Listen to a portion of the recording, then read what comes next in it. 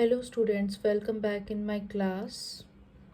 Lecture 2 chemical reaction and equation. Last lecture में हमने discuss किया था केमिकल रिएक्शन क्या होता है। आज के लेक्चर में हम केमिकल इक्वेशंस के बारे में पढ़ेंगे, किस तरीके से उसको बैलेंस किया जाता है। तो वो इक्वेशन बैलेंस करने से पहले हम कुछ इम्पॉर्टेंट सिंबल्स और कंपाउंड फार्मूला के बारे में डिस्कस करेंगे जो इम्पॉर्टेंट है, आपको पता होना चाहिए।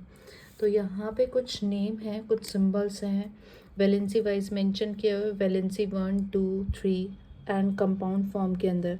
फॉर एग्जांपल नाइट्राइड के लिए हम क्या यूज़ करते हैं, ऑक्साइड के लिए क्या फार्मूला होता है, सल्फाइड के लिए क्या यूज़ किया जाता है, सल्फेट के लिए क्या फार्मूला होता है। जब हम केमिकल रिएक्शंस करेंगे और वो नेमिंग फॉर्म में होंगी तो वहाँ पे इन फार्मूलाज का यूज़ किया जाएगा।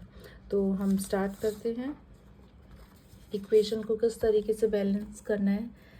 फॉर एग्जाम्पल आपको दिया है सिल्वर ब्रोमाइड।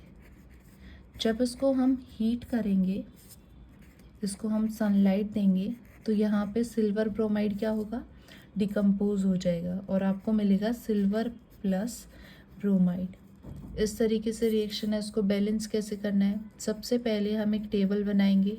एलिमेंट, यहाँ पे हम लिखेंगे प्रोडक्ट एंड देन रिएक्टेंट, क्योंकि पहले रिएक्टेंट आता है and then product. Element first क्या है, Ag होता है सिल्वर। रिएक्टेंट, ये टर्म रिएक्टेंट होती है, इस टर्म को हम प्रोडक्ट बोलते हैं। तो यहाँ पे रिएक्टेंट कितना है, 1 लिखेंगे। प्रोडक्ट में रिएक्टेंट कितना है, 1। तो ये हमारा बैलेंस्ड है। नेक्स्ट Br, रिएक्टेंट में कितना है, 1 एंड प्रोडक्ट में यहाँ कितना है, 2। तो ये बैलेंस नहीं है। इसको बैलेंस करने के लिए अगर हम इसको 2 से मल्टीप्लाई करते हैं तो ये हमारा बैलेंस हो जाएगा। तो रिएक्टेंट को हम 2 से मल्टीप्लाई कर देंगे। जब हम यहाँ पे 2 लिख रहे हैं तो Ag भी क्या हो गया, 2 एलिमेंट्स हो गए इसके, लेकिन यहाँ कितना है हमारे पास, 1। तो अब ये भी 2 हो गया और यहाँ पे भी हम क्या करेंगे, 2 लिख देंगे ताकि ये बैलेंस्ड हो जाए। इस तरीके से इक्वेशंस को बैलेंस किया जाता है।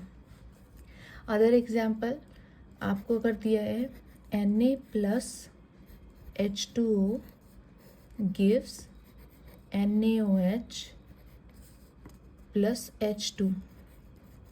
सेम आप पहले टेबल बनाओगे, अगर डायरेक्ट आपको आता है बेस्ट है, नहीं अगर होता है तो आपको इस तरीके से टेबल की फॉर्म में करना है। एलिमेंट का नाम लिखो, ये आपका क्या है, रिएक्टेंट, और ये आपका क्या है, प्रोडक्ट। यहाँ पे Na, सोडियम के कितना एलिमेंट है रिएक्टेंट में, 1। यहाँ पे कितने हैं, 1। ये बैलेंस्ड है। हाइड्रोजन का कितना है यहाँ पे रिएक्टेंट में, 2। यहाँ पे हाइड्रोजन 1 और 2 3। तो ये बैलेंस्ड फॉर्म में नहीं है। ऑक्सीजन यहाँ पे 1 है और यहाँ ऑक्सीजन 1 है, तो ये भी आपका बैलेंस्ड फॉर्म में है। अब हम क्या करेंगे, हमें ये बैलेंस करना है हाइड्रोजन। तो हाइड्रोजन बैलेंस करने के लिए हम यहाँ पे 2 लगा देंगे। जब हम 2 से मल्टीप्लाई कर रहे हैं इसको तो ये 4 बन गया, 2 2 ज़ा 4। अब यहाँ पे कितना है, 2 और यहाँ 1, तो इसके सामने अगर हम 2 रख देते हैं तो ये भी 2 हो गया और ये 2 4। तो ये यहाँ पे हमारे पास कितना बन गया, ये 4 बन गया। ठीक है। अब यहाँ पे Na कितना हो गया, 2 और यहाँ कितना है, 1।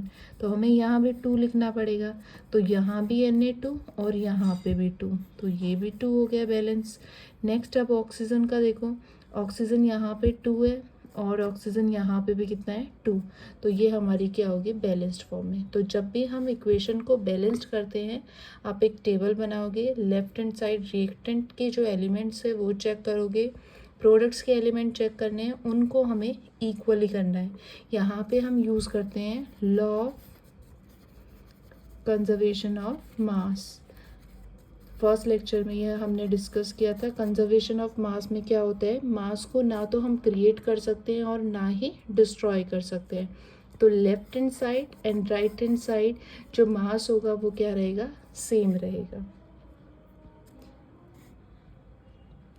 मैं आपको एक एग्जाम्पल, एक इक्वेशन लिख के दे रही हूँ, वो आपका होमवर्क है, ये आपको ट्राई करना है खुद से। FeSO4 जब हम इसको हीट करेंगे तो it gives Fe2O3 iron oxide plus sulphur dioxide plus sulphur trioxide. तो ये आपका होमवर्क है, ये आपको खुद से ट्राई करना है। ये तो सिंपल अगर इक्वेशन हमें इस फॉर्म में दिया है, अगर मान लो इक्वेशन इस फॉर्म में ना दिखे, ऐसे आपको दिए है like calcium oxide plus water gives calcium hydroxide plus heat. अगर यहाँ पे आपको फॉर्मूले याद नहीं है, नेमिंग नहीं पता है एलिमेंट्स की, तो आप ये इक्वेशन सॉल्व नहीं कर पाओगे। तो जो फर्स्ट स्टार्टिंग में मैंने आपको दिखाया था वो फॉर्मूले आपको लर्न होने चाहिए, वो आपके ऑलरेडी 9th क्लास में आ चुके हैं। कैल्शियम ऑक्साइड के लिए हम फॉर्मूला यूज़ करते हैं CaO। वाटर के लिए हम क्या यूज़ करेंगे, H2O गिव्स कैल्शियम हाइड्रोक्साइड, तो इसके लिए होगा CaOH2 प्लस यहाँ पे हीट रिलीज हो रहा है। अब देखो कैल्शियम का यहाँ 1, यहाँ पे 1 बैलेंस्ड है, ऑक्सीजन का 1 2, यहाँ पे ऑक्सीजन का 2, हाइड्रोजन का 2, यहाँ पे भी हाइड्रोजन का 2। तो ये इक्वेशन हमारी क्या है, बैलेंस्ड फॉर्म में। अगर मान लो नेक्स्ट यहाँ पे आपको दे दिया सिल्वर क्लोराइड, जब इसको हम सनलाइट दे रहे हैं तो ये ब्रेक डाउन होगा, डिकम्पोजिशन रिएक्शन हो रहा है, तो it gives silver plus chloride. तो उसको हम इस तरीके से लिखेंगे AgCl gives Ag plus Cl2। अब इसे हमें चेक करना है, बैलेंस करना है। यहाँ पे सिल्वर का कितना है 1, यहाँ 1 बैलेंस्ड है, यहाँ क्लोराइड का 1, यहाँ पे 2, तो ये बैलेंस्ड नहीं है, तो हम इसको 2 से मल्टीप्लाई कर देंगे। क्लोराइड का हो गया 2, बट यहाँ पे सिल्वर का भी क्या हो गया है 2, तो उसको भी हम क्या करेंगे 2 से मल्टीप्लाई। तो ये हमारी क्या होगी, बैलेंस्ड फॉर्म के अंदर। आई होप आपको क्लियर हो गया है। नेक्स्ट आपका होमवर्क है, ये आपको खुद से ट्राई करना है। कॉपर कार्बोनेट, अगर इसको हम हीट करते हैं तो इट गिव्स कॉपर ऑक्साइड। ये आप ट्राई करोगे। फर्स्ट मैंने यहाँ पे आपको